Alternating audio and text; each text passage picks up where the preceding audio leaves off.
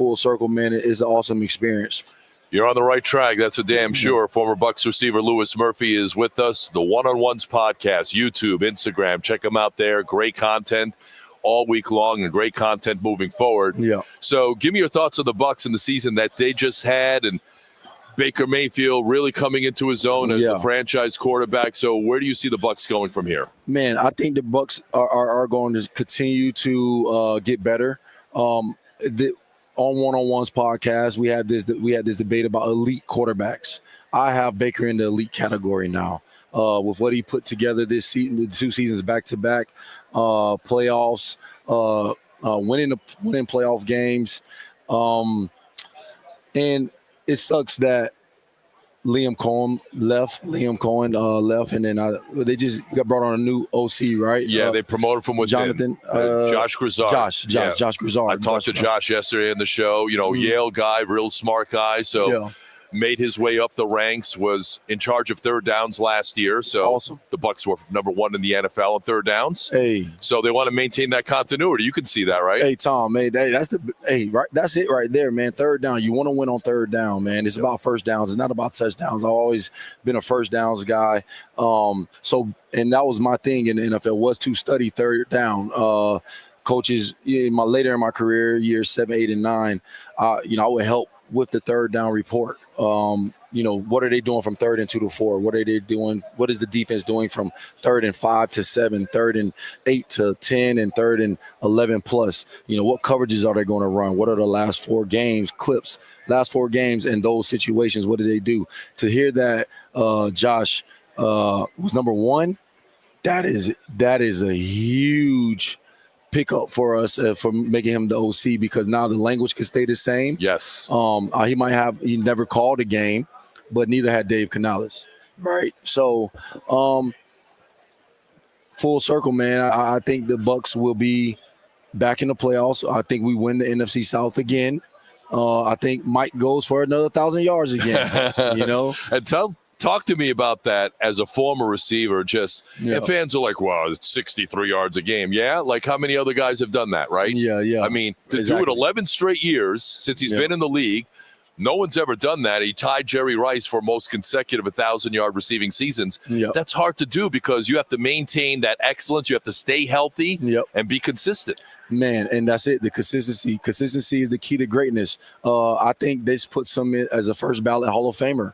I think that puts him in the Ring of Honor, up with the greats, with the Derek Brookses and the Rondé Barbers, the Warren Sapps, the Tony Dungys, man. I mean, this puts him in that elite category. And it's not even, it's more than hard. It's damn near impossible, right? It's, to do that. I mean, you go on droughts. You have some games where you only have, 20 yards. He's done it for 11 straight seasons. 1,000-yard receiver. I mean, for me, he's number 2 in the NFL. I mean, Tyreek Hill, but the longevity. I mean, he's arguably number 1 receiver in the NFL currently. It's amazing to me how criminally underrated he is. I mean, when everyone talks about some of the best receivers, you mentioned Tyreek Hill or Justin Jefferson or Jamar Chase. No one ever mentions Mike. Yeah. If he played for like the Cowboys or the Steelers or in some big city, I think he would get more recognition. Oh, for sure. If the market was, I played in New York with the Giants with Tom Coughlin and Eli Manning. If he was doing this in New York, he would be on the front of every magazine. He would be, but Mike is so humble. I was with Mike after as you see, shout out to Reverse Brand, who is a hot brand coming out of Tampa, who went, and it's 11. It's a like a special edition, 11 times 1K. I like it. Yeah, man. So with being with them that night, man, it's a surreal moment to witness, and he needs to be mentioned with the greats. I mean, and that's another thing. I have him ahead of Justin Jefferson. I have him ahead of Jamar Chase. Why? Because they have only done it for 3, 4, 5 years max, right? 11 years, 11 seasons, and a Super Bowl champion. Former Bucs receiver Louis Murphy's with me. Catch him on the One-on-Ones podcast, YouTube, Instagram, across all social platforms. So This is a hot topic of conversation. Let's go. Let's do it, Tom. Let's do it. Let's do it. All right. Miles Garrett wants out, and now a lot of Bucs fans are like, let's go get this guy. And look, the Bucs need an edge rusher. You put him on the Bucs, he makes everyone else around him better. Yep. He could be the final piece of the puzzle. Jason Light doesn't like to give up picks, so if you're Jason Light, do you go for it? Ooh, on the spot. I like it, Tom. You better get used to it because this is what the media business is all about. No, I'm used to it. All right. I know you are. I would say, man, I like our D line. I do. So my take will be a little interesting because I like Diaby. I like Joe Tryon. Can't see. I like our D line. Vita Vea. Yep. Like, to add Miles Garrett, I think that's like a LeBron linking up with Dwayne Wade. You get Vita Vea and Miles Garrett.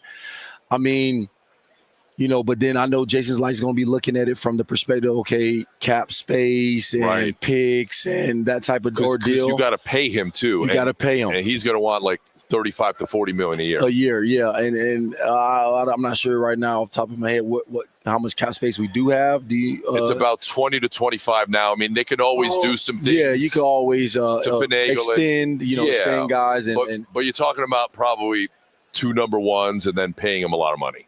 If it's 2 number ones and paying, no, I think that. Oh no. Man, go get him, man. Go get him, man. Go get him, man. I love it. Go get him, man. Why not, man? Why not? Go get him, man. Shoot, man. Heck, it'll bring that Tom Brady-ish, Antonio Brown, Gronkowski vibe back to the Tampa Bay area. Hey, we need to be, we can't stop calling ourselves Tampa Bay. We got to get that back. So, yeah, go get Miles Garrett, Jay. I love it, man. Lewis Murphy. All right, we'll get you out on this. Big game on Sunday. Yep. Chiefs and the Eagles. Who do you like and why?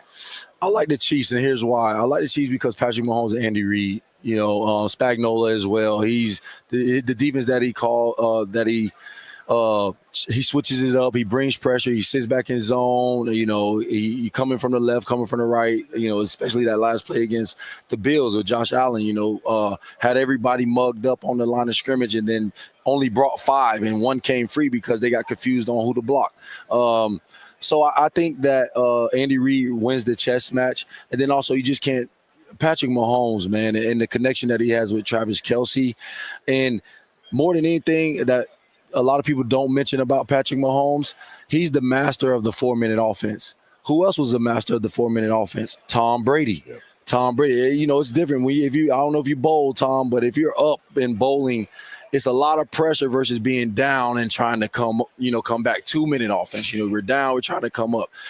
People don't, when you're up and trying to get a first down to continue the game, to run the clock out, it shows you against the Bills, trips bunch to the left, they run 3 crossing routes and put P. Ryan into the flats. He catches it, turns upfield. I mean, the Bills had 3 timeouts. 9 times out of 10 with 2 to 3 minutes to go in the game, you have 3 timeouts, you're getting the ball back. Because the quarterback's, you're going to get stopped. He's going to be 3 and out, or you might get a first down and get a stop. Patrick Mahomes is going to, if they're up, he's not giving it back. And he could do in the 2-minute drill. 100%. And what you just described, and they were showing that on TV at the time, that's Andy Reid. And Andy Reid. When you give that guy 2 weeks, man, you don't beat him. And then, and Tom, and making that call at that moment in real time it's genius. It's just so, like, I played 4 years at the University of Florida, 9 years in the NFL, and I've never seen that play before, ever. You usually have 2 receivers on each side and you cross and mesh. Mm-hmm. This way, he put 3 and said, you all just run across the field, and they're man coverage. Everybody went. The linebacker had the running back. It creates a lot of confusion. So now, instead of running through 3 receivers, you're running through 3 receivers and 3 defensive backs. That's man-to-man. That's 6 people that he has to, and they call it make him bubble over the top. He bubbled. The linebacker is looking at the running back in the backfield. He's like, he's going to the right. He's running to the right. It's 6 people. Let me get around those 6 people. How do I get through 6 people? First down, game over.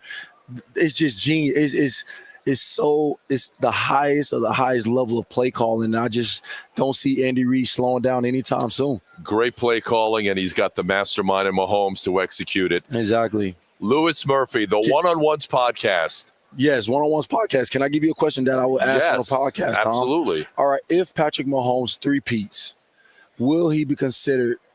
Will the Kansas City Chiefs be considered the number one dynasty of all time?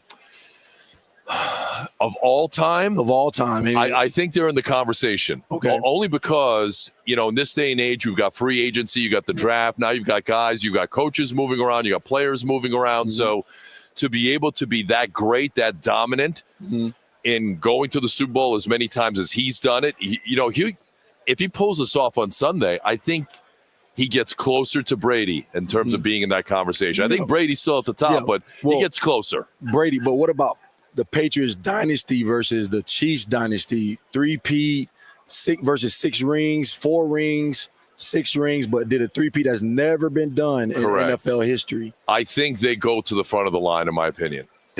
You put Chiefs over the Patriots? I do. Oh, wow. That's a hot take. Yeah. That's a hot take. So you're going to say, you're saying, Tom, you're saying this here live right now. Radio Row, Super Bowl 59.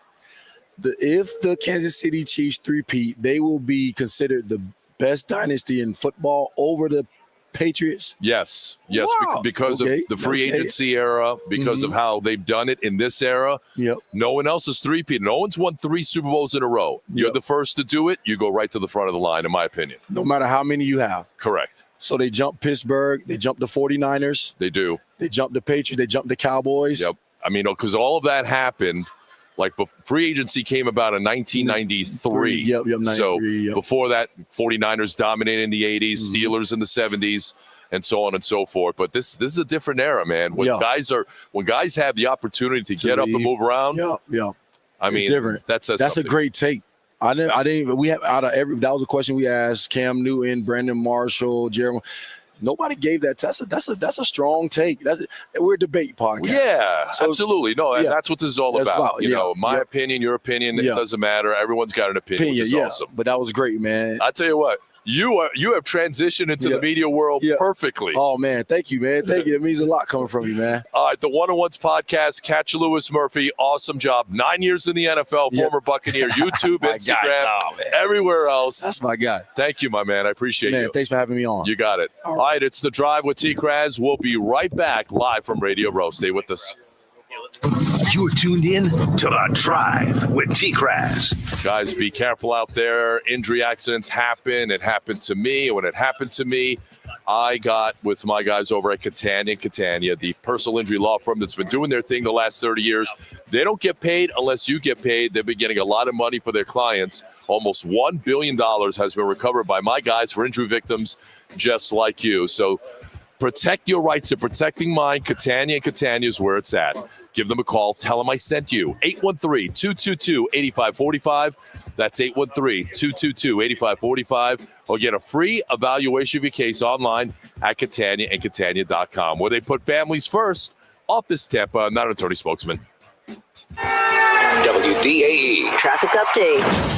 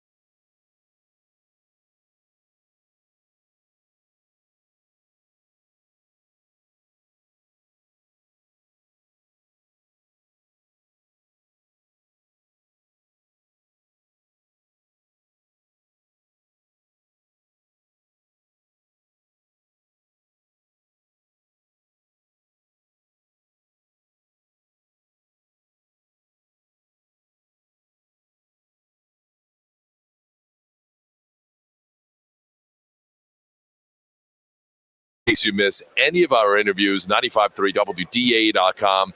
Click on The Drive. Commercial-free podcast can be had through the new and improved iHeartRadio app. You can go back, listen to it there.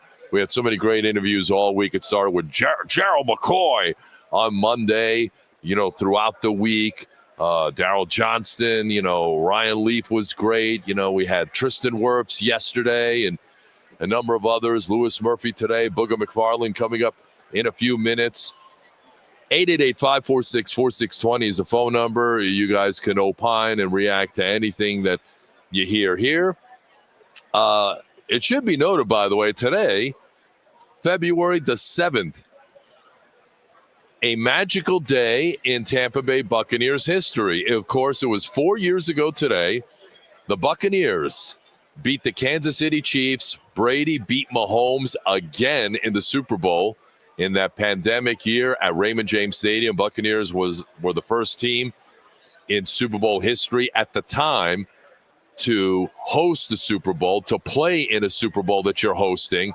The Rams did it the very next year, by the way, which I found very interesting, although the Buccaneers had a great shot to go back if it wasn't for the whole zero blitz fiasco. Sorry to keep bringing that up, Todd Bowles. But 4 years ago today, it was Todd Bowles who came up with a brilliant defensive game plan against Mahomes. Tyreek Hill in his prime. I saw him earlier today. Travis Kelce in his prime. I mean, that Chiefs team was explosive. And the Buccaneers ran him off the field defensively, chasing Mahomes everywhere. He had an injured foot. He had a patchwork offensive line. Shaq Barrett and Ndamukong Suh, Jason Pierre-Paul, and the rest of the gang, Vita Vea. Buccaneers were awesome that night. And Todd Bowles drew it up about as perfectly as you could. And as you heard Lewis Murphy mentioning it, it's play calling and it's execution. When they work hand in hand, that's an unbeatable combination. When you talk about Andy Reid and what he does, the 4-minute offense with Patrick Mahomes, or when you talk about what, the Buccaneers were able to do with that game, that particular night 4 years ago today, where they got after Mahomes. They had a brilliant game plan, and they stymied him. They frustrated him. They hit him. They chased him everywhere, and they held that high-powered offense, a younger Mahomes, a younger Kelce, an electrifying Tyreek Hill. You remember when they met during the regular season that year, it was Tyreek Hill who had like 200 yards like in the first quarter or something against Carlton Davis and the Buccaneers. And the Buccaneers were able to pay them back thanks to Tom Brady. 3 touchdown passes that night, 2 of them to Gronk, and a great performance by that defense. I remember doing countdown to kickoff. We were across the street from the stadium at a local hotspot. We were there like several hours before the game, and I remember watching the game there with so many Buccaneers fans, and then the post-game show with so many people coming out of the stadium, so many people hanging around our broadcast setup. We didn't get out of there till like 2 or 3 in the morning. It was an incredible night. And then you go home, you sleep for 2 hours. I was doing mornings at the time. I came back. We did the morning show. The after party is where Ali Marpet is driving home and he's listening to our show. And I remember him texting me. I'm like, hey, man, I'm driving home from the after party. You want me to call in? That's what he said. He goes, do you want me to call in? I'm like, yes, I want you to call in. Yes, get on the phone lines. And it was truly exceptional. It was a great night to be had by all. Let's go to the phones. And, we have quite a few Hall of Fame listeners that listen to our hideous show. But Ron is on the line with us. He happens to be Trevor Sikkema's dad, and he is a P1, a Hall of Fame listener. And Ron is with me here on the Drive on a Football Friday. What's going on, buddy? Hey, T-Kras, thanks for the kind words about my son. It's kind of surreal having him on WDAE. I weaned him on WDAE. Yeah. It's my pleasure. So back with the Chris Thomas and Steve Dumeg days, and quick story about Steve Dumeg. He always warned us about not going to Philadelphia and wearing Buccaneer gear. Correct. Well, it turns out my brother and my nephew live up there, so Trevor and I go up there for a game. Trevor was 16 years old, and he's got to wear his Cadillac Williams jersey. So I'm like, Trevor, do you really have to wear that? We're going to die, okay?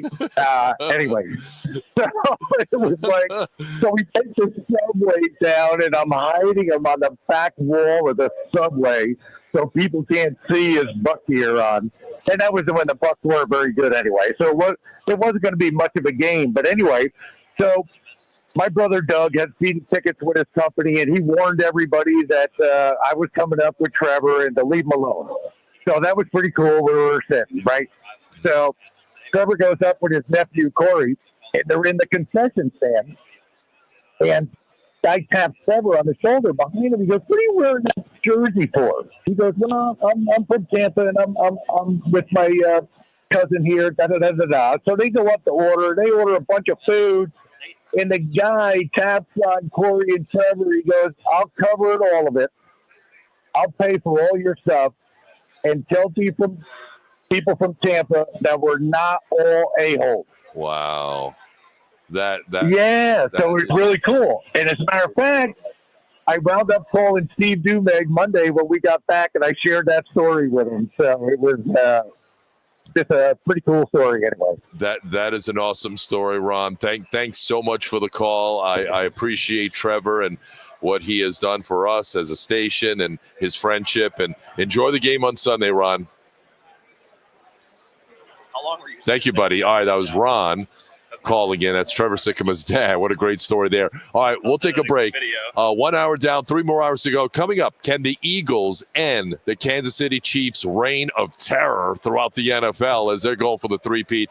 Brooks Kubena, who covers the Eagles for The Athletic. He's with me live on Radio Row. It's The Drive with T-Kras. Stay with us. You're tuned in to The Drive with T-Kras.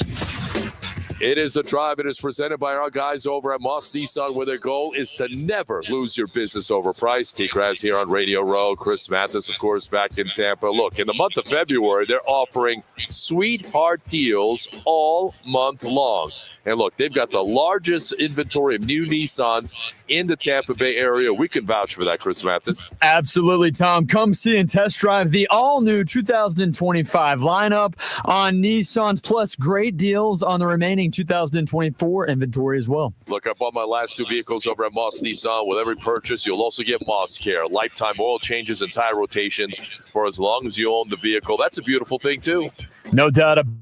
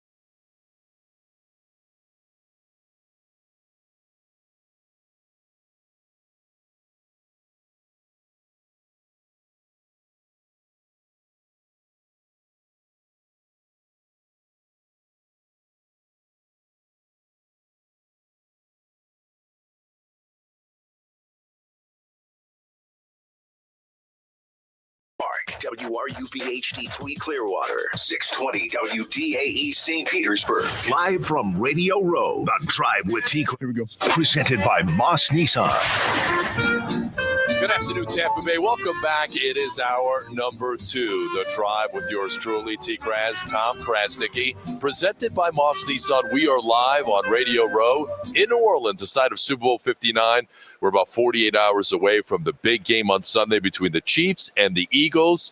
We have a number of great guests coming your way throughout the course of this show. Ronnie Lane, the 5 o'clock happy hour, will join me. Mailbag a little bit later on. But joining me right now, Central Florida Behavioral Health Network DA Hotline, right here on site. He covers the Eagles for The Athletic. Brooks Kubena is with me here live on Radio Row. Pleasure to meet you. How are you? Yeah, good. I love that this is in New Orleans, my favorite city in the country. So I actually covered LSU 5 years ago when they won the national championship here. So I guess any team that plays a championship here, I'm just destined to cover it. So I'm glad to be back. There you go. Lucky you. All right, so let's talk about the Eagles. They have a couple of injury concerns, right? Yeah. What's going on with Devontae Smith and his hamstring? Oh, it's not. He's expected to play. It's just been something that he's been dealing with the last couple of weeks. Last week, they rested him. This week, he's been a full participant. So, limited today. So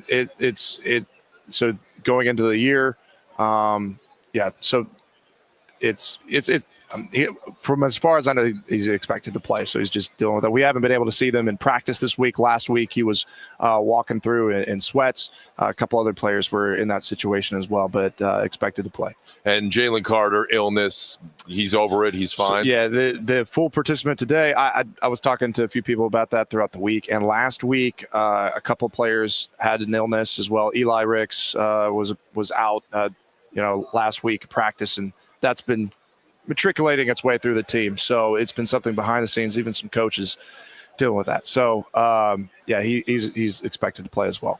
I want to ask you about Saquon Barkley as someone who covers this team very closely, walks across the street, goes from the Giants to the Eagles in free agency, and it's turned out to be one of the best free agent signings, I think, in NFL history, considering what he's done for that team, what he means to that team, and the fact that he's so selfless as well. He had a chance to go for the record. Mm-hmm. Did Nick Sirianni go to him and ask him, hey, do you want a shot at this record? And did he leave it up to Saquon? Yeah. That was a situation earlier in the year as well. They were on the sideline talking about getting a personal rushing record during a game against the Giants. And instead, Saquon said, go ahead and let the rest of the players go. I'd rather see them play.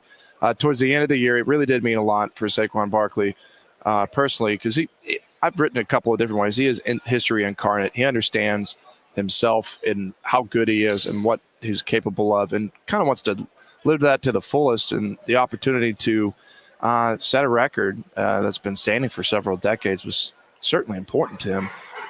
And he was open to doing it, but he left it open. I remember talking to Saquon after the decision was made, and he said, Sirianni was talking to a lot of other players too about it, but they wanted to go to a Super Bowl. And I mean, this entire offense basically runs through this guy. So any kind of risk at all of putting that guy on the field was just too big of a risk. So sitting out, that was also Saquon's ultimate agreement to, if this is something where we feel like might deter us from getting to the Super Bowl, then I'll go for it. I remember him saying the person that actually was most beat up about it was his dad.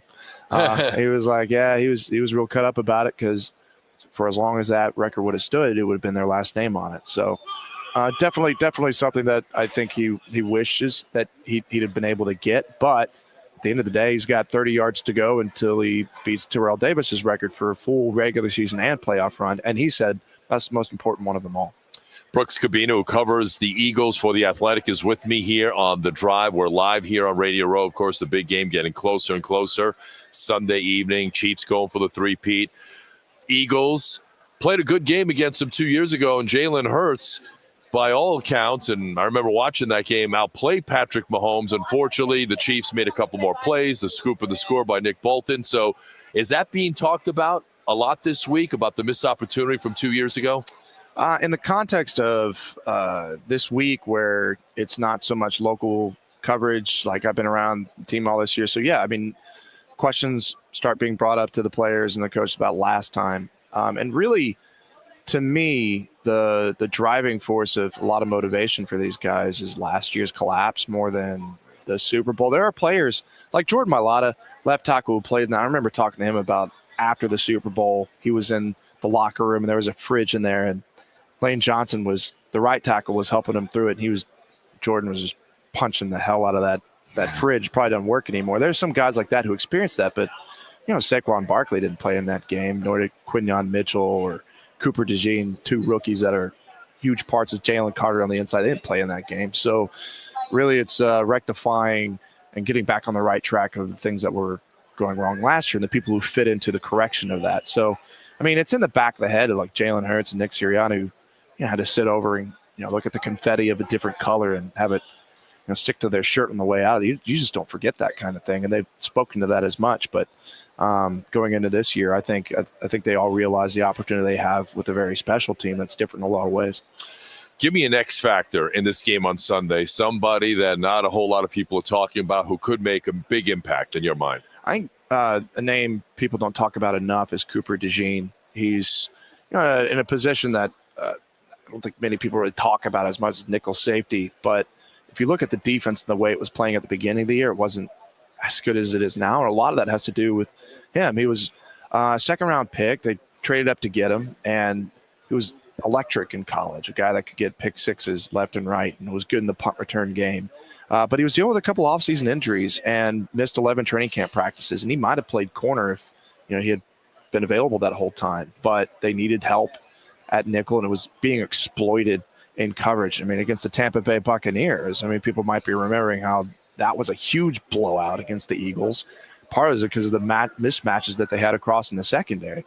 Cooper DeJean comes in and after the Week 5 bye and really starts to help out in major moments. Fourth down against the Bengals that turned around the game. A fourth down later against another team, same sort of situation. And then kind of epitomizes the toughness of the team against the Baltimore Ravens. He's a nickel safety, and he's picking up Derrick Henry on his own and planting him to the turf.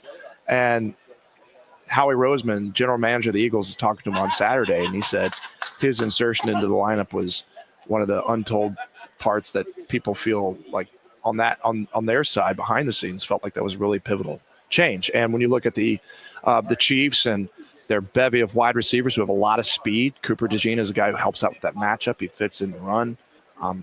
I think he's an X factor for sure. He could help out in special teams as well. He's made a big impact for sure as a rookie. I'll get you out on this. You wrote about this in The Athletic. It seems like the Eagles are bracing for Kellen Moore to leave to take the job with the New Orleans Saints to be their head coach. And a name that's very familiar to people in the Tampa Bay area could replace him. So tell us about that. Yeah, well, it's a situation where, Kellen Moore, we could be a couple of days here from the Saints. It's fitting that he's already occupying their facilities right now. So, it's a situation that the Eagles were in a couple of years ago. And Nick Sirianni, Shane Steichen used to become the head coach of the Colts. And I think what's interesting about this go-around is at that time, Nick Sirianni was very confident in the offense that they were running, so much that he had an internal hire, brought up Brian Johnson, and basically said, we're going to do everything the same, everything working right. All the zone reads that we do are going to be the same, everything we do the same. And then, it didn't work out and was a very dysfunctional system. And then they had to bring Kellen Moore in to help out a system that grew stale. And if you look at this offense, it's not even what Kellen Moore typically does. I kind of wasted my time in the offseason looking at all his film from the Cowboys and such, because they're running the ball more than any team the Eagles have had since 1978. And that's really because he listens to his players. And I was talking to some Cowboys coaching staff members earlier on in the season, and they said the main thing with him is that the way he leads with players is going to them with the playbook and say, hey, what do you want to run? Like, what do you like? What do you think we should do? And he's not a rah-rah guy. He's not, super energetic, but by connecting with players behind the scenes and getting them involved in the game planning, you end up with a situation like in the bye week where offensive linemen are clamoring why are we not running the ball more with Saquon? And he's listening to that and adapting to it. And I think that's one of his real strengths, and something that this team really struggled to do last year was adapt. So, I mean, if you look at the Saints roster, Saquon Barkley's not on that team. They don't have the offensive line that the Eagles do, but to, connect with players and go to them and say, all right, what do you like? What do you think we should do? You're going to see a very different offense than what he tried to run this year. I think some of the concepts are similar. You see some of the man coverage mismatches that he exploits, mesh routes, pick routes, things like that you can see down the line that he might pick up again. But really the collaborative effort of realizing, okay, what's the roster that they have and the things that are working for them. That's one of the stories of why the Eagles are where they are. All right, he's Brooks Kubena. You can read him in The Athletic, Eagles beat reporter. Eagles trying to end the Chiefs' reign. Brooks, I appreciate a few minutes of your time. Keep up the great work. Thanks for stopping by. Appreciate it, guys. You got it. That's Brooks Kubena. Awesome stuff there. All right, we're live here on Radio Row. It's The Drive. Still to come, Akbar Gbaja-Biamila of the NFL Network. Booger McFarland will also be by, and a couple of other guys rolling around too. You're listening to The Drive. We'll be back. You're tuned in to The Drive with T-Kras. It is Friday, guys, so be careful out there when you're getting ready for the big game on Sunday and you're lining up your drinks of choice. Of course, you got to do it responsibly. How about some Chattanooga whiskey for the big game on Sunday? That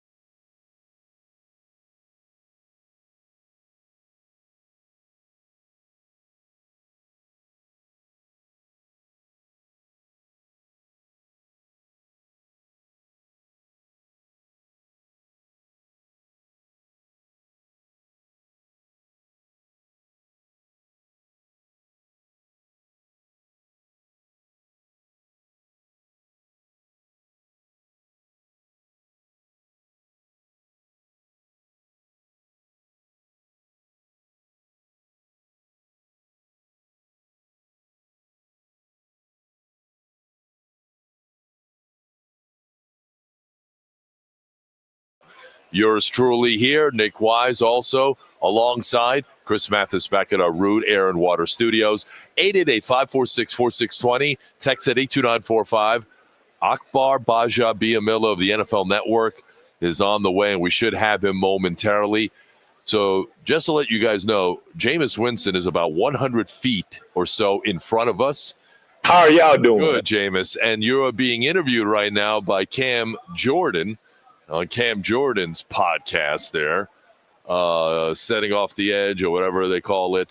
But the minute Jameis gets off that stage, Nick Wise is going to try and corral him. I saw Jameis yesterday. He said today was a possibility. He's been on the streets of New Orleans. If you bother to look at his social media, which is just absolutely insane and incredibly entertaining too at the same time. So we're going to try and get Jameis on here in just a little bit after he's done with Cam Jordan and his podcast. We'll see if there's any availability there. Akbar Gbaja-Biamila is coming up in a matter of moments. Then at 5 o'clock, it's the happy hour. Ronnie Lane will be in. He obviously won't be here in New Orleans. He'll be back in Tampa Bay at the Root Air and Water Studios. We've got Mailbag coming up. And in case you missed it from yesterday, our very entertaining talk with Tristan Wirfs, Buccaneer All-Pro left tackle. That's coming up as well at 6:05. 888-546-4620. Text at 82945. I want to thank Brooks Kubena for stopping by and giving us some insight on the Philadelphia Eagles. And, I asked him the question about Kellen Moore, and he kind of didn't really directly answer it, but he wrote on The Athletic that a very familiar name to Tampa Bay and USF, Kevin Patullo, will be in line to get that promotion. He's on the Eagles staff. If Kellen Moore does take the job with the New Orleans Saints, Kevin Patullo, who once upon a time played at USF, was a graduate assistant on USF's football coaching staff at one point in the Tampa Bay area. He is in line perhaps to get the promotion to offensive coordinator if and when Kellen Moore gets the job as head coach of the New Orleans Saints. And it's interesting, and Brooks brought up the point that the Eagles are practicing at the Saints facility this week in preparation for the Super Bowl. So Kellen Moore is already getting, a crash course into the Eagles facility, and I'm hoping he makes himself at home, because he is about to be, looks like, the head coach of the Philadelphia Eagles. Meanwhile, the Saints, rather. Meanwhile, the Kansas City Chiefs are practicing over at Tulane all of this week in preparation for the game. So really interesting stuff happening here on Radio Row. And, we've had a number of great interviews this week. And anything you may have missed, by the way, Chris Mathis is efforting to get it all up on podcast, 953wdae.com. Check it out there. Any segment, any interview. There have been so many of them this week.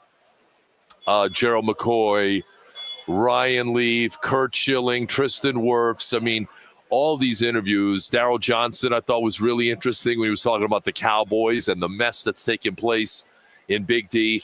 All these interviews can be had on our website, 953wdae.com. as well as, the commercial-free podcast can be had on the iHeartRadio network. All right, he's sitting down with yours truly right now. It's a pleasure to finally interview him face-to-face, because every single Super Bowl I feel like I'm talking down the line to him. But former NFL defensive end Akbar Gbaja-Biamila is here on behalf of Experian, and he's with us here on The Drive, WDAE Tampa Bay. Akbar, Tom Krasnicki. Hey, what's up, Tom? How are you, man? I'm doing really, really good. How are you, man? It's great to be here, especially, thinking that this is the culmination of 17 weeks plus the playoffs, and we're here. It's great to be back in New Orleans. I haven't been here in a minute, and, I'm just excited about this. Football is so fun, and especially when you get to see – this is probably one of the best seasons I've seen in a very, very long time. I think about the NFC North and the competition there, and just, how close that was. Heck, you guys are in Tampa. The NFC South was extremely close between the Falcons and the Bucs. And, it was some good football, man. I love it. I love it. We love it, too, and we love the fact that the Falcons collapsed, which allowed the Buccaneers to win the NFC South for the fourth straight year. Yep. So as a former defensive end, I want to ask you, and you probably know where this is going. Miles Garrett is available. I know you've talked about this week. Yep.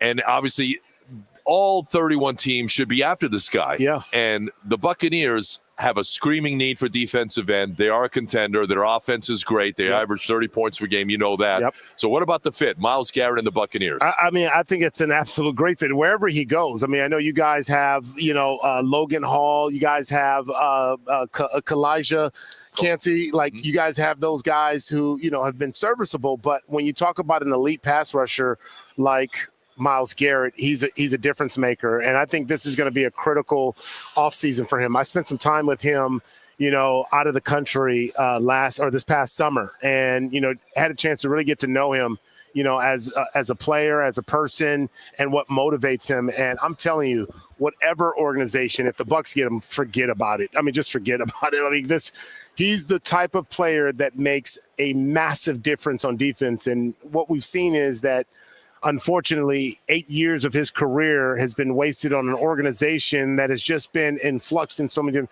They've had 2 good seasons since he's been there. They've had both 11-win seasons, but yet they just didn't have the personnel to get them over that hump, And Miles Garrett is a generational talent off that edge. Nobody plays it as physical and as versatile and as athletic as Miles Garrett. I mean, he's a double-digit sack guy all the time. You can depend on that. He's a freak. There's no question. He would fit anyone's scheme. The big question here is, what do you think happens? Because the Browns obviously are in a precarious situation. They trade him. They incurred this big cap hit, and they've got other salary. Look, they've run that organization upside down with the whole Deshaun Watson. Deshaun Watson, it messes it all up. And that has set them back like 5 years, right? Maybe more.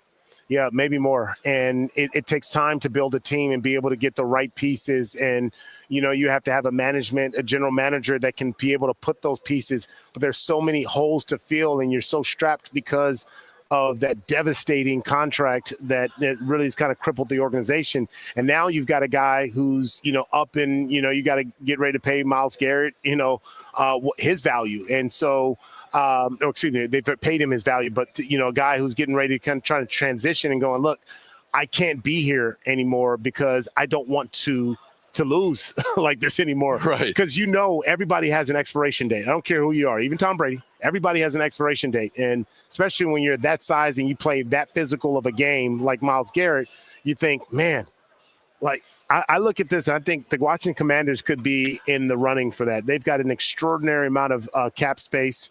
I don't get into the numbers and trying to figure out the math of it, but I think that's a team that is ready to win. One of the things that Miles Garrett said, like, I want to go to a place where I can win a championship. And I look at how close the Commanders came with just really Jaden Daniels and, Terry McLaurin being able to carry that team. And of course, and this is no disrespect to Bobby Wagner and all those good defensive players on that team, but can you imagine if they had Miles Garrett? Oof. I'm telling you, they're playing in the Super Bowl. With Jonathan Allen and Deron Payne on the inside, you put that guy on the edge. Can you imagine? Unbelievable. Come on now. And you're right.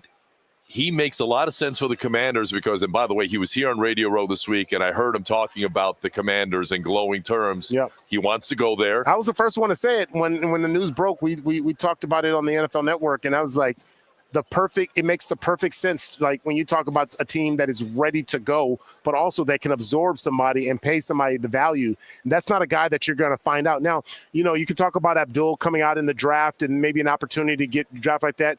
But the thing is, we know, like, he's not Miles Garrett. Yeah, he's not Miles Garrett, right? He's not a proven commodity. No, he's not a proven commodity. But also, too, when I watch the tape, I love what I see from him, but I don't think he's that type of force. So I'd rather go in right now when this team is hot and they can add some pieces. I think the Washington Commanders are probably the front runners here for Miles Garrett. Akbar Gbaja-Biamila is with me here on The Drive, WDAE in Tampa, courtesy of our guys over at Experian. We're live on Radio Row, and the Commanders make a lot of sense because of everything you just mentioned. Plus, you got Jaden Daniels on a rookie contract, and you could load up around him for 3-4 years. Yes, until it comes time to pay him, and they'll worry by that time about they're going to be talking about $80 million a year. By that time, you're not kidding, man. Yeah. I mean, these quarterback salaries are getting out of control, but you're going to have to pay Miles Garrett $35-40 million a year too. Yeah, and that's what it costs. I mean, the price of success is great. I mean, think about Jerry Jones and passing up on the paycheck of Derrick Henry, right? Well, we don't have the money. Well, somebody else found value, and look what the Baltimore Ravens were able to do this season. Look, I say this: you either pay the check now and pay for success now, or live the rest of your life regretting that you didn't do what you needed to do when you had the opportunity. So if you think the price of Miles Garrett is huge, wait till you get the bill from regret. Yeah, there's no question. All right, big game on Sunday. I know you've been outspoken about the Eagles and Saquon Barkley's having maybe the greatest year running backs ever had, right? Yeah. But you said it best, I think, earlier this week. They can't win if he doesn't go off, right? They can't. It's very hard. This is a team that has established an identity as a run-first team.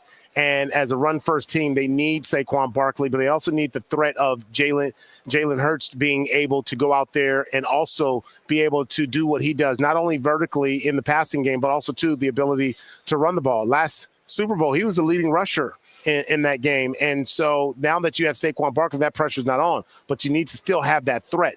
Steve Spagnuolo's defense has been aggressive all season long and very, very creative. I look at this game and I'm going, I can't see any team better than the Kansas City Chiefs playing situational football. And that's what they've done all year long. And I see the Kansas City Chiefs winning this game 28-21. And it's going to be because they've run two offenses. One of those offenses you cannot put a scouting report for, and that's the Patrick Mahomes offense.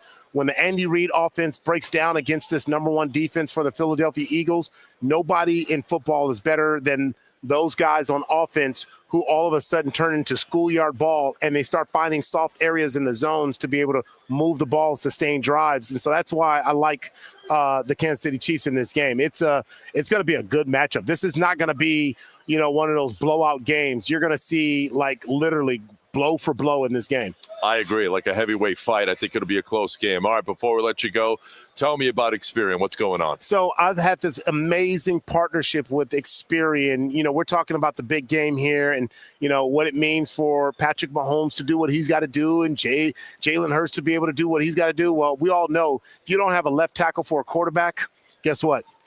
He can't do his job because that's the blind side of the quarterback. And for Experian, they're looking to be the left tackle for a lot of people out there, for everyone out there who came into this new year with a New Year's resolution that they want to be able to be better with their finances.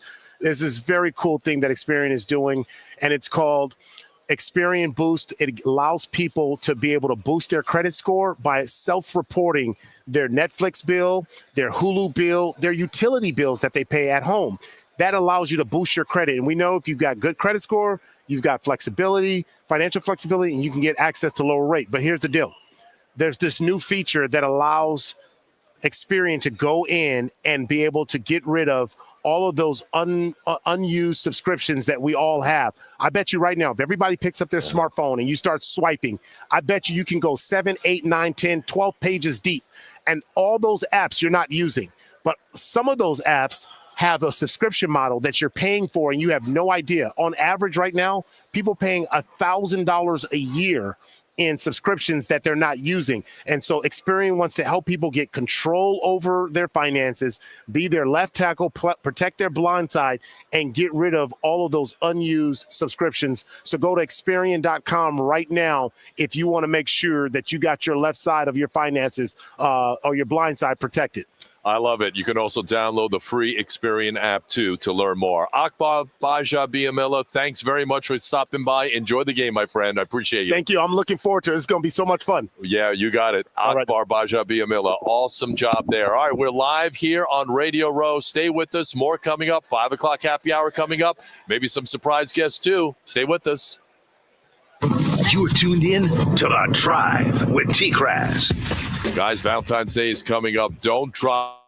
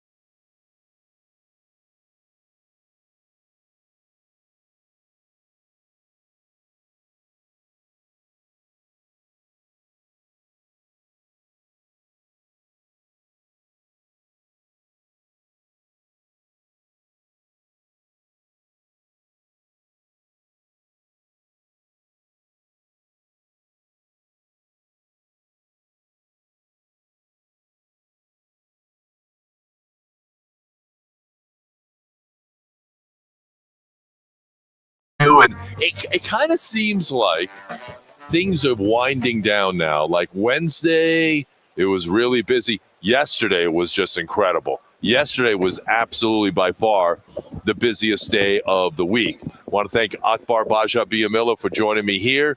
Now, Jameis Winston was right here in front of us. He finished up with Cam Jordan.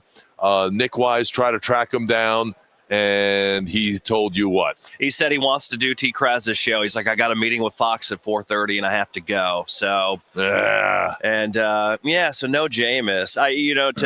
To chalk it up, though, every day I've had an awkward moment with somebody, whether yesterday it was Matt Patricia, Warren Sapp earlier in this week. I had another one today. I figured I'd share with you. So I got a buddy of mine who is really good friends with, I thought, Maria Taylor. He's actually really good friends with Carrie Champion. But I thought it was Maria Taylor from Sunday Night Football he was friends with. So in order to get the interview, I pulled him up on FaceTime. I'm like, yo, here, talk to her. And she's sitting here talking to my buddy on FaceTime. And I'm like, you want to do Tampa? And he texts me, goes, you dummy, I'm friends with Carrie, not Maria. Oh, my gosh. So, Maria Taylor, as you noticed, has not been here. Sorry. No. And trust me, you would know if you saw Maria Taylor. She is absolutely breathtaking. But it kind of feels like, the commotion and I don't want to say like the energy level is starting to wane, but it feels like people are starting to pack up their stuff. Pro Football Talk NBC, they're like breaking down their set as we speak. It is Friday. It is local time here, 3:51. In Tampa, it's almost 5 o'clock. The happy hour with Ronnie Lane is coming up, but it kind of feels like it's starting to wind down, doesn't it? It's winding down at Radio Row. And the party in New Orleans, as we saw driving over here in the Uber, which took forever, the party is shifting outside, and outside is where everything is kind of happening now, and the city is getting more crowded with all of the celebrities, and the guests are obviously going to be going to the game, but they're kind of spreading out, and really now the fans are starting to take over the city, and we'll see that when we walk out of this place. It's going to be chaotic as it was, getting over here. It was absolutely insane. It was. The streets here in New Orleans are so narrow. Trying to get here took. It would have been better off if we walked, but it's so hot today. We weren't trying to be all sweaty when we got here. Yeah, we did breakfast this morning. One of the great places that we saw, or that I just discovered, I was walking out and about a couple of days ago, was a place called Cafe Fleur de Lis. Oh, so good. And I took Nick there today, and it was fantastic. We sat up on this balcony. It was great. We had great food. And it was a great time this morning to get our day off to a great start. And then, as you mentioned, getting here was a chore and a half because there's so many people here. And I kind of feel like these streets, and you're right, they are narrow by nature. And there was so much traffic, so much foot traffic, so much vehicle traffic. It felt like Midtown Manhattan. It really did. This city is not built for this many people. At least the roads aren't. And the traffic is absolutely crazy. I mean, it was like Tampa traffic, 275 I-4 area, but it was on a regular, street in the French Quarter, and it was just, the city's definitely picking up with so many fans. 888-546-4620. That's the phone number. Text at 82945. We've had some good interviews today, which include Louis Murphy. Really enjoyed our conversation there, the former Buccaneer who's got his own podcast, the One-on-Ones podcast. He was great. Akbar Gbaja-Biamila did a really good job of breaking down the game, talking up the Buccaneers, talking up Baker. Says Miles Garrett is a perfect fit for the Buccaneers. I mean, who wouldn't say that? It's just the resources it would take to get him here, plus the contract and where the Buccaneers stand there. And the Browns obviously have their set of challenges because, trading Miles Garrett would mean a huge cap hit, and they're already suffering because of the contract they gave to Deshaun Watson. I mean, they're upside down. That's what happens. Bad organizations are bad for a reason. They're not run well. They're run extremely poorly. And it starts right at the top with ownership and Jimmy Haslam, and that's why the Browns are where they are. And that's why right now the Buccaneers are where they are because of ownership. The Glazers, telling their football people, you do the football side of it. If you need us, obviously, you've got to consult with us on big moves. But the Glazers don't meddle, and that's the thing that you should appreciate about them as owners, and I think the Buccaneers do. I think Todd Bowles does. I know Jason Light absolutely does as well. By the way, special anniversary today, 4 years ago today, February the 7th, 2021, a magical day in Tampa Bay sports history.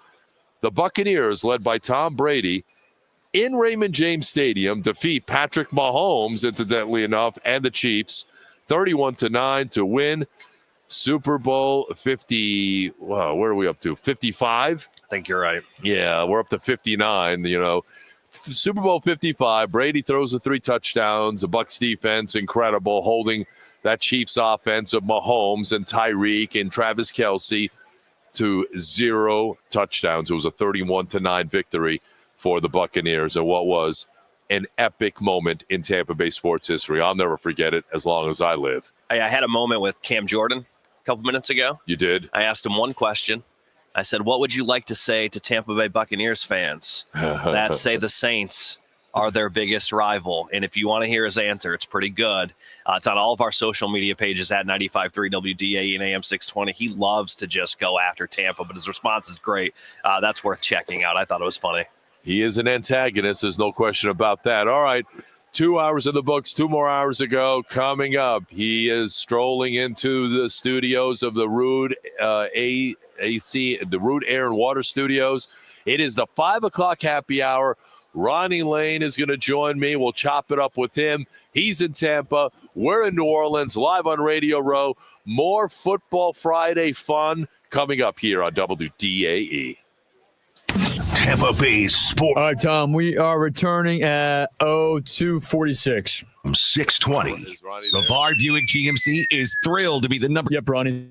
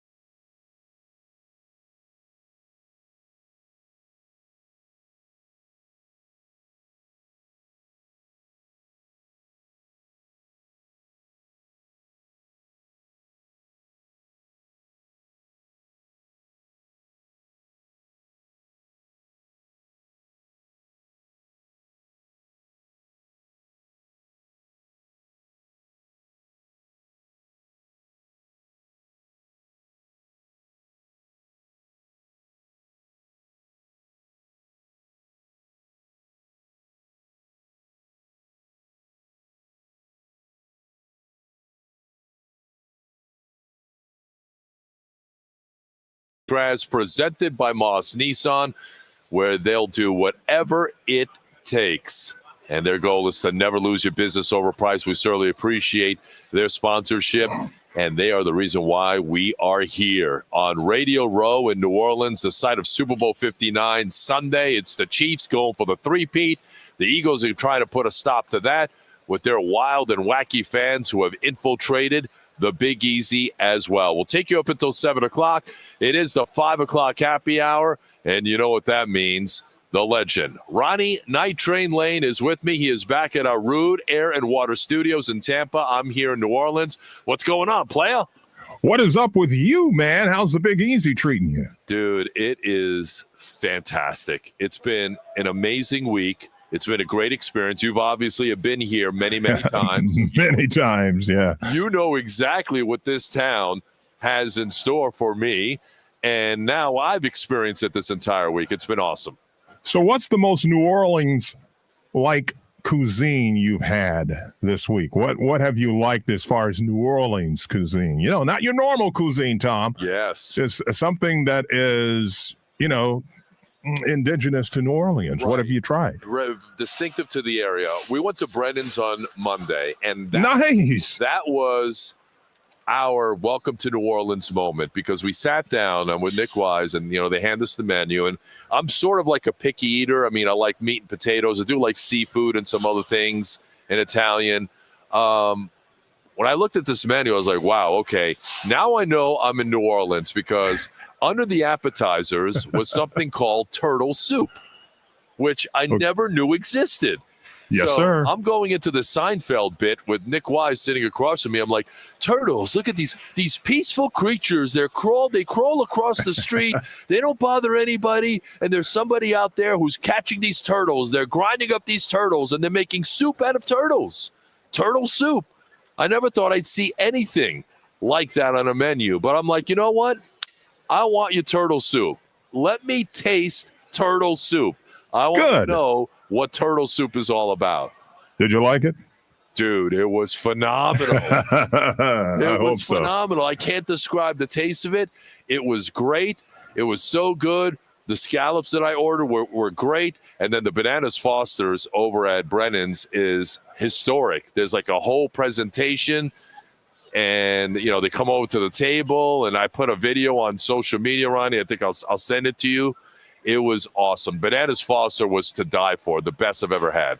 Can't go wrong at all at Brennan's. It's New Orleans. I don't know. It's been there forever. It's classic, great food. I don't think you can find anything that tastes awful on that menu. I really don't. Did you go to Cafe Du Monde? We did. So we went to Cafe Du Monde, and we were really hungry. This was the first day. We had just flown in on Monday, and we were hungry. So Cafe Du Monde was just a few blocks from the hotel. We walked down there. There was so many people in there. I'm like, okay, this is the place. This is the great Cafe Du Monde with the beignets and everything else and the coffee. But that's all they had on the menu. I mean, I wanted something, more substantial than just, fried dough with powdered sugar. I got you. So I got you. We went to some other place, and oh, you're not going to name this place? Will remain nameless, huh? Well, I think we mentioned the name of the place, and okay, it was not great, dude. It had the distinct smell of urine. And we walked in there, and there was nobody inside. And you know as well as I do, Ronnie, you don't eat in an empty restaurant. So no, sir. Not a good sign, particularly in New Orleans, man. Oh, yeah. I go, we can get on out of here. So we went to some place called Monty's, which was right there in the French Quarter. Really good breakfast. So we had breakfast there. And we had dinner a couple of nights ago at a place called Galatori's, which is unbelievably good. Have not been there. It is great. I mean, they had turtle soup on the menu there. Everything from their salad. I had a filet, Ronnie, which was to die for. Just as good as any steakhouse that I've had in Tampa. It was that good. All right, let's talk about the big game, man, because I don't know about you, Tom, and, I know Nick is there with you. I've been going back and forth all week long on who to pick for this game. It's probably going to change again tomorrow, who I'm picking for this game. I think both teams are evenly matched. I think the Eagles certainly have the edge. I think when you go player for player and you were to rate their players against the Chiefs players, I think the Eagles would come out on top. I think they have a better roster. However, Andy Reid and Patrick Mahomes is a deadly combination. And when you give Andy Reid 2 weeks to prepare, he almost never loses.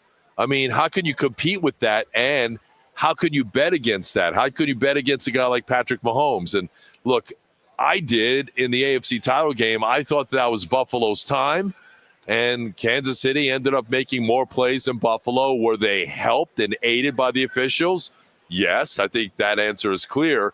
But that is the other thing that you have to contend with. You're going up against the Chiefs, and depending upon who you talk to and believe in, and I'm not for conspiracy theories. I'm not Dwight Smith here, Ronnie. Your boy. Oh, I remember. I'll never forget that for Super Bowl 55 when we had him on. That was unbelievable. And I'll never forget it as well.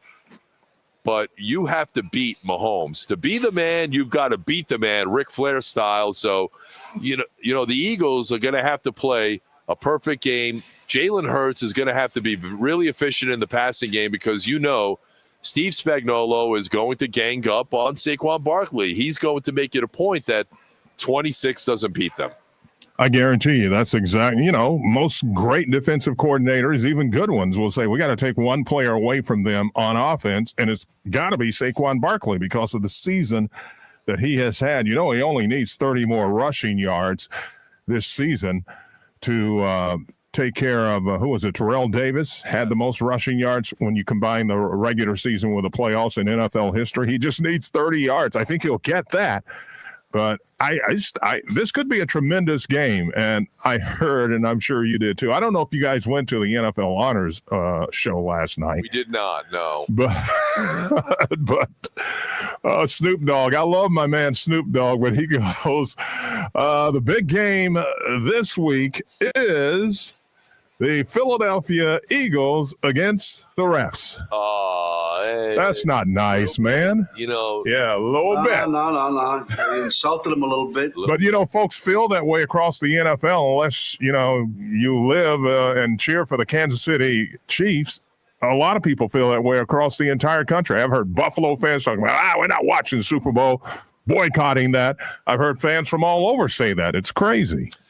It is. And you know what? That talk has been kind of emanating throughout Radio Row all of this week. I had Christopher Mad Dog Russo. Boy, what a disgrace the officials are, Ronnie. What a disgrace. Magic it down. Oh, boy. You can't be doing that.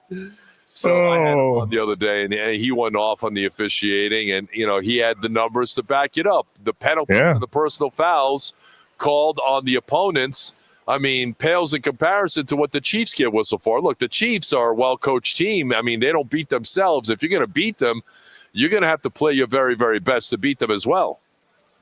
And the other thing about the Chiefs, what is it? 15, 16 one-score games they've won in a row this season. I mean, think about that, Tom, how good you have to be and able to pull that off. You know, the Buccaneers game was a one-score game. Yep. It's one of those things, man, where you just feel like they have it, whatever that it is, that they're able to find a way to win these games. I agree with you and most of the other, you know, people who are picking this game. I think the Eagles have more talent man for man than Kansas City, but it's that championship quality that this team brings when it steps on the football field, and they know what's at stake. You know, they're trying to do something that's never been done in NFL history, and that's win 3 straight Super Bowls. So and it's going to be a tremendous game. What's that? I agree. It's going to be an awesome game. I would be stunned if one team blew out the other. I don't see that at all happening here. And look, Kansas City is kind of downplaying all that legacy talk or the 3P talk, but, you know, behind closed doors, there's no question that's all they discuss. Amen to that. And, you know, I say now, if I had to pick a team that was going to win by more than a touchdown, I would pick the Eagles to do that just because I think they have the better team. If there's going to be a blowout, it's going to be in the Eagles' favor. That's just me. I don't know how you feel about that. I don't think it's going to be a blowout. I'm like you and like everybody else. I think this game's going to be very tight. Very tight. I think there will be points scored. I think the over-under is in that 48 and a half range. But I do think that there will be scoring taking place really on both ends of it. And look, if you're telling me this is going to be a close game, it's going to come down within the last 2 minutes, how in the world do you go against Patrick Mahomes, who's been there and done that? By the way, I saw a stat this morning, which was very interesting to me. Patrick Mahomes' career in the playoffs, Ronnie, indoors in the playoffs, and obviously the game is going to be played indoors at the Caesars Superdome. I mean, Patrick Mahomes indoors in the playoffs is 11-0 lifetime. Unreal. No, this is just indoors, period. When Patrick Mahomes plays indoors, which includes a postseason, he's 11-0 in those 11 games, 26 touchdowns, 3 interceptions. Oh, my gosh. I did see something that brought a smile to my face, and I think it's going to bring a smile to most Buccaneers fans' face. And you saw it, too, where Patrick Mahomes says that still sticks in his craw, Super Bowl 55, that lost to the Tampa Bay Buccaneers 31-9, man. He's never going to forget that, he said. It does, and that game still haunts him. He mentioned it, I think it was Tuesday or Wednesday here during the media availability. And, ironically enough, Ronnie, today is the day. 4 years ago today, it was that 31-9 beatdown at Ray J. And obviously you and I have very fond memories of that day and night and the next morning, too, by the way. Super Bowl versus Tampa. It's pretty easy. Yeah, exactly, man. In Tampa, which was just historic in itself, obviously, with the Bucs being the first team to host a Super Bowl game in their own home stadium. So, and they won. And it's the only loss that Patrick Mahomes has had in the big game. So I'm sure he would love the opportunity to erase that, but the Bucs got to get back to the big game soon.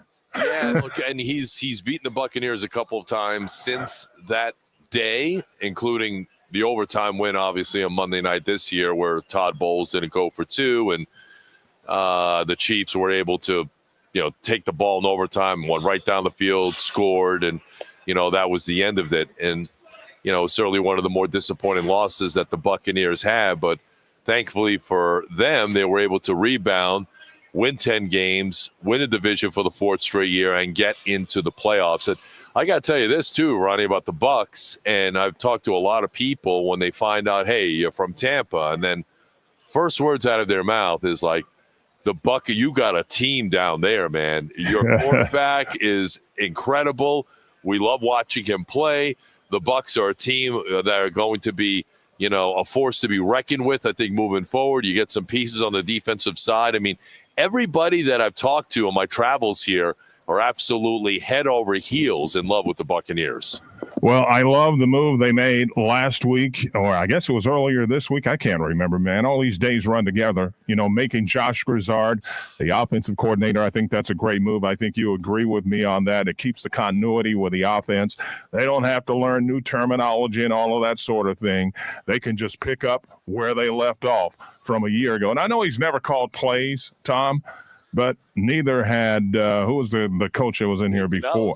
Yeah, Dave Cannells had never called.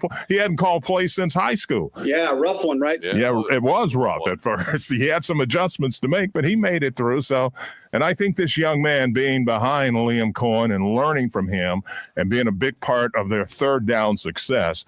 And, he said he's got some new twists he wants to bring to the offense, which I think brings smiles to Mike Evans and Baker Mayfield and Tristan Wirfs, all the offensive players' faces. Because this guy is very sharp, man. If you look into his history, first of all, he's a Yale guy. I think he was valedictorian at Yale. And he knows what he's doing, man. Yeah, very bright. He's young. He's bright. He's energetic. I love it, man. Yeah, he is. And it was great catching up with him yesterday. He was on the show yesterday. And I think he laid out his vision as to what he believes his Buccaneer offense is going to look like, I think, in 2025. So the fact that Baker likes him, he's got a great relationship with him. I asked him about that, obviously, yesterday when we had him on the show. And Mike Evans obviously really likes him as well. So I think this is going to be a really good relationship between the Buccaneers and Baker and Josh Grizzard. And I think I don't think they're going to miss a beat, Ronnie, to be quite honest, because, look, Liam Cohen, and let's give credit to him for what he did for this offense, But the O-line is still here at Tristan Wirfs, and his big old ass was here yesterday. And, he's such an awesome dude. We'll run that back at 6:05. That was such a fun interview. The O-line is intact. Mike Evans is back. It sounds like Chris Godwin's going to come back. Josh Grizzard seemed pretty optimistic about that yesterday when I spoke to him. Bucky Irving. I mean, all these guys coming back. You got to have the players, man. Like coaching means something. There's no doubt about that. But you've got to have the horses up front. You've got to have the quarterback, too. The Buccaneers check every single box. And, you know, what can you say for the guy running the offense? He's from the town of, what is it, Lizard Lick, North Carolina? Yeah, Lizard Lick, North Carolina. So really interesting stuff there. And I think the Bucs are, you know, they're not going to skip a beat. I think maintaining that continuity was imperative. They've got that. I think they're only going to add to it this offseason. This guy's pretty smart. He went into the interview process and, you know, he showed Todd Bowles, look, this is my plan. This is what I did last year, and I'm going to take that situational football. We're going to be not only good third downs, goal line, red zone, 2-minute. And he explained all of that when he was on with me yesterday. So he pays attention to the details, which is something you want to see out of a coach. And you had Louis Murphy on, former Buccaneers receiver, earlier today, and folks can go back and check that out on the iHeartRadio app. He's right up there, Ronnie. Is he still around, right? He's still here. His podcast setup was right behind us. He got some big-time guests this week over on his podcast. He had, you know, Gerald McCoy, he had Cam Newton. Cam Newton and his podcast is set up, you know, about, 100 feet or so to our left, and Louis Murphy's down there with him right now. So Louis was great. I had a lot of fun talking to him. We'll definitely have him back on the show. And, you know, he's obviously very optimistic about the Buccaneers, too, moving forward. Is Cam Newton wearing one of his patented hats? Oh, yeah. Yeah, dude. Yeah, he's his headwear is amazing, man. It is. It's unique. There's no question about that. I mean, he's got all of that working. Cam is a very flashy dresser, and he's one of the flashiest guys here on Radio Row. But I'll tell you this, Ronnie. Yes, sir. The number one star, by far, on Radio Row this week has been Is Bill Belichick's girlfriend? No, she was the star on that freaking red carpet. No kidding, bro. Dude, I mean, come on. I mean, what was she not wearing last night? That's the question. What a smoke show. But who's been the big star? Who's everybody? You distracted me with Belichick's girlfriend. The number one star on Radio Row this week. How are y'all doing? That guy right there, Jameis Winston, Ronnie. And he looked like $1 million last night at the NFL Honors Awards in that red tuxedo jacket. Man, he looked great.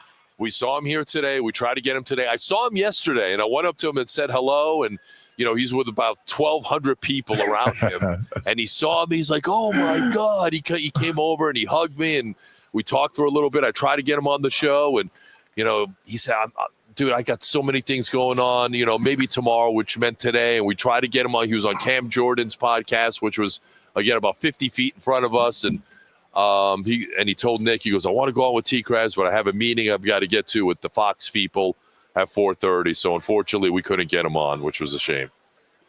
That is a shame, man, because that guy's got a career in media when he's done playing football. There's no doubt about it. He does. And I think he's going to be he is really good at it. So he's put out videos. I don't know if you've seen him on Instagram and social media. He's just out and about in New Orleans. He's riding bikes. He's running at the horses. He's dancing in the streets with other people. Jameis Winston is made for media entertainment. And I think that is a career that I think he'll do very well in. There's no question. He's definitely made for TV. Wow. I see we've got, you're still going to do the mailbag from the Big Easy, right? Yeah. We're still going to do it. Chris Mathis has a number of, you know, disparaging remarks compiled. I know you've got some as well. 888-546-4620. You guys can dial in. You can text in at 82945. It's been a great week here in New Orleans. It's been an awesome time here on Radio Row this week.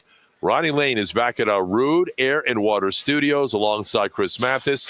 Yours truly here on Radio Row in New Orleans with Nick Wise. And when we come back, You freaking people. We bend over backwards to try and get you information. I'm breaking stories. I'm bringing you the hottest interviews from Radio Row, and I look on the text platform, and all you stooges can do is just come forth, and the same old stupid texts are coming in one after another. Look, send it only once, okay? I know you're starving for attention like a 15-year-old girl, at the prom, but you don't have to keep sending in texts over to, I hope you read my text. That's what a loser does, okay? Try and be productive in life, not a loser. But when we come back, we will highlight your text. It's the drive, it's the mailbag, and it's coming your way next. WD. All right, Tom, you're down, coming back at 30. By Bet Online. Erect blocks lanes on eastbound Sunset. I'm running to the restrooms here. Northbound US 19 just before East Bay and Roosevelt. 2 left lanes are blocked in this area. Seeing delays on eastbound Selman Expressway, Dale Mabry and Gandy towards downtown Tampa. Typical delays on northbound 275 between the Howard Franklin Bridge and I-4. Get traffic info around the clock by searching News Radio WFLA on iHeartRadio. I'm Randy Myers. Bet Online is the world's most trusted betting platform and your number one source for online betting. The biggest betting weekend of the year is finally here, which means more updated odds and props for the big game. Bet Online. The game starts here. You've heard about the Super Bowl's legendary pregame tailgate party, where the biggest stars in music kick off football's biggest game. iHeartRadio is bringing the show to your radio for the Super Bowl 59 YouTube tailgate concert, starring Post Malone, live from New Orleans. Super Bowl Sunday at 4 p.m. Eastern, 1 Pacific. Watch on YouTube at youtube.com/NFL and hear it on the new and improved free iHeartRadio app, the exclusive audio home of the Super Bowl 59 YouTube tailgate concert. In today's Marketers Report, Erica Taylor, Chief Marketing Officer of Genentech, weighs in on audio's ability to reach any audience. Everyone is listening somewhere, somehow. So it's a great way to take something very precise in what we're trying to do to reach patients with something that I think we can all agree is somewhat broad in reaching many, many different audiences. As the #1 audio company, iHeartMedia can get more people to hear your message than anyone else. For better results for every budget, visit iHeartAdvertising.com. This is the story of the one who, as a maintenance specialist for a historic high-rise, knows that vintage charm historically needs constant attention. Which is why, when it's time to upgrade turn-of-the-century mechanicals, they turn to Grainger. With easy access to 1 million-plus products and the scale to deliver when and where you need them, the right tools and supplies are never far away. So the one can keep that vintage building running like new. Call, click Grainger.com, or just stop by. Grainger, for the ones who get it done. Did you know your skin is the largest organ of your body? Huh? That's why you should shower with Old Spice Super Hydration Body Wash instead of plain old bar soap. Love your skin by super hydrating it with vitamin B3 and glorious notes of vanilla and shea. Did you know that my super hydrated skin is the second largest organ of my body? The first is my heart. Old Spice. Men have skin too. Old Spice Super Hydration Body Wash. 24/7 renewing moisture with daily use. This Valentine's Day, iHeartRadio wants to send you shopping with a $2,000 gift card to the Golden Diamond Source or a $250 gift card, one of 9 daily prizes. Log on to 953WDAE.com/Valentine's Day for rules and your chance to win. Happy Valentine's Day. It's a classic. Really, dude? Oh. Up with the smell. How do they do that? I don't know. In the house. And the neighbors are coming over for game night. They're on their way. Jeff Wagstaff. And then When you were out of spray town, Febreze Air Mist. Febreze Air starts working how do I instantly run to a fight even your spot toughest for odors, so you go from stuff fish there? to fresh On like that. recorded Now all you have to worry about is Pam how does that work? I cheating get at just like charades. Breathe happy, Febreze. Concerned about your old roof or damages? Green Tech Roofing and Solar has you covered. I'm John Franco, owner of Green Tech Roofing and Solar. We offer free inspections and lay out all your options, making it easier than ever. Let us help you with your most important investment, your home. Green Tech Roofing walks you through. There's a good text to start off, Tom. Top of the text platform. T-Kras wanted Winston. He should have brought crab legs. Go to greentechroofing.com for. Come on, man. That's greentechroofing.com. Green Tech Roofing and Solar. This is Smart Roofing. Yeah, I've been monitoring. Not too many, man. Not too many hateful comments so far. Exotic. I told my buyers. I will say there was one listener on the YouTube stream when we had Cynthia Freeland. He was dogging you and the show. until you had Freeland on. He's like, oh, she's real nice on the eyes. I changed my mind about Tom now. Honor the very best in podcasting from the past year. Yeah. Rate the most innovative talent and creators in the industry, and you'll help decide who wins Podcast of the Year. Yep. Vote now at iHeartPodcastAwards.com. Lenovo is proud to be a part of the iHeart Podcast Awards at South by Southwest, where creativity and innovation collide with the new Legion Go S. Okay, I just don't have them word for word because it was on a live chat, but that's fine. Visit Lenovo.com/Legion Go. Empower. Where sometimes it feels like the world is moving at hyperspeed and you can't keep up because it's one thing then another. And don't forget the meeting and the yoga class and the dinner reservation. But then coming back in 1.5 minutes. No, and you feel the breeze from the panoramic